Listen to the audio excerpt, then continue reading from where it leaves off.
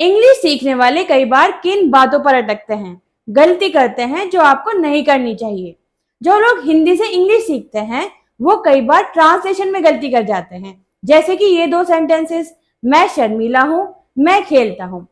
अब मैं शर्मीला हूँ और मैं खेलता हूँ में हूँ आता है, तो आपको लगेगा कि दोनों सेंटेंसेस में एम आएगा, क्योंकि जहां हूँ आता है वहां एम आता है। लेकिन ऐसा नहीं होता। मैं शर्मीला हूँ, इसकी इंग्लिश होती है आई एम शाय।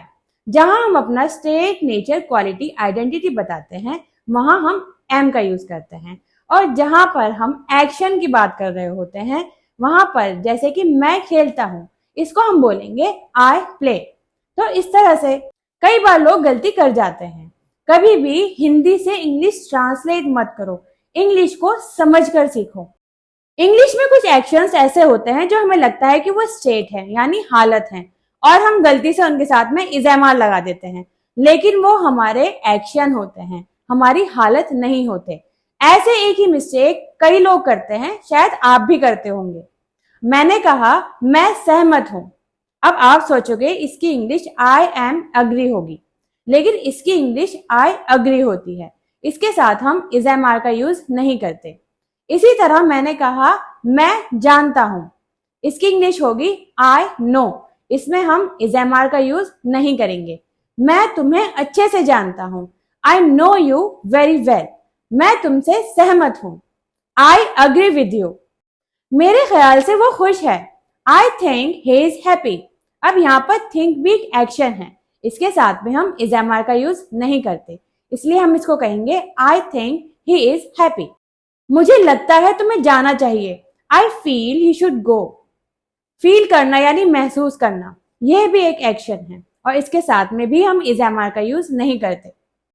मुझे अंदाजा है कि वो मेरा नाम जानता है, I guess he knows my name. So friends, यहाँ गेस हमारा एक्शन है, इसके साथ में भी हम इज़ेमार का यूज नहीं करेंगे। अब कई बार लोग क्या करते हैं, अपना पोजीशन बताते हुए भी हैज हैव के साथ में इज़ेमार का यूज कर जाते हैं। पोजीशन मतलब कोई चीज हमारी है, हमारे पास है या हमसे जुड़ी हुई है। सो फ्रेंड्स, मैंने कहा मेरे पास पेन है, I am have a pen. ये गलत हो जाएगा, इसकी इंग्लिश होती है आई हैव अ पेन। इसके साथ में हम इज़ेमार का यूज नहीं करते। मैंने कहा उसके पास मेरी किताब है, he is has my book. ये भी गलत हो जाएगा, he has my book. So friends, कभी भी हिंदी से इंग्लिश ट्रांसलेट करके इंग्लिश मत सीखिए। इंग्लिश को अगर सीखना है तो समझ कर सीखिए, प्रैक्टिस कीजिए, आपको खुद साथ साथ समझ में आनी शुरू हो जाएगी। सो फ्रेंड्स, अब हम कुछ नया देखते हैं। हम देखेंगे एंड का यूज। हमने दो लोगों को जोड़ने के लिए एंड का यूज किया। Rohan and Sohan are friends. Rohan और सोहन दोस्त हैं। इसी तरह दो बातों को कनेक्ट करने के लिए भी एंड का यूज किया जाता है। सो फ्रेंड्स, आइए हम कुछ सेंटेंसेस की प्रैक्टिस करते हैं और देखेंगे कि कॉमा कहाँ लगता है, एंड से पहले कॉमा कब आता है, कब कॉमा नहीं आता है। आप इस बात का भी ध्यान रखिएगा। मैं आपको सेंटेंसेस की प्रैक्टिस कराऊंगी, आप भी साथ साथ उन सेंटेंसेस की प्रैक्टिस कीजिए, because practice makes a man perfect. So friends, आइए इंग्लिश की प्रैक्टिस करते हैं, सेंटेंसेस की प्रैक्टिस करते हैं और इंग्लिश में फ्लुएंट होने की पूरी कोशिश करते हैं। मैंने एक गाना गाया और रिचा ने डांस किया। I sang a song and Richa danced. I sang a song and Richa danced. Ravi office चला गया और मैं यहाँ आ गया। Ravi went to the office and I came here. Ravi went to the office and I came here. यहाँ पर हमने main verb की सेकंड फॉर्म का यूज किया है क्योंकि यहाँ पास्ट की बात हो रही है, और एंड से पहले कॉमा लगाया है क्योंकि दो लोगों की बात हो रही है। मनोज ने छुट्टी ले ली और हम लंच के लिए बाहर चले गए। Manoj took an off and we went out for lunch. Manoj took an off and we went out for lunch. उसने मुझे देखा और वो वहां रुक गई। She saw me and she stopped there. She saw me and she stopped there. वो stage पर गया और अपनी ट्रॉफी ले ली। He went to the stage and collected the trophy.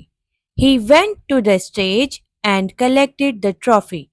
यहाँ पर to the stage यानी स्टेज की तरफ, और यहाँ पर एंड से पहले कॉमा भी नहीं आएगा क्योंकि एक ही इंसान की बात हुई है।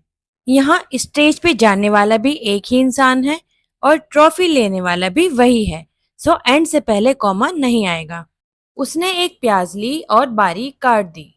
He took an onion and chopped it. He took an onion and chopped it. ये ओनियन नहीं होता, अनियन होता है। उन लोगों ने एक नया घर लिया और हमें नए घर के मुहूर्त के लिए आमंत्रित किया। They bought a new house and invited us to the housewarming party. They bought a new house and invited us to the housewarming party. मैंने कागज उठाया और उसे कूड़ेदान में फेंक दिया। I picked up the paper and threw it in the dustbin. I picked up the paper and threw it in the dustbin. मेरी मम्मी उठी और उन्होंने चाय बनाई। My mother woke up and made tea. My mother woke up and made tea. So friends, video अच्छी लगी हो तो प्लीज लाइक जरूर कीजिएगा, चैनल को सब्सक्राइब कीजिएगा और हाँ, बेल आइकन को दबाना मत भूलिएगा। मिलते हैं नेक्स्ट एपिसोड में नेक्स्ट टॉपिक के साथ। तब तक के लिए इंग्लिश की प्रैक्टिस करते रहिए और खुश रहिए।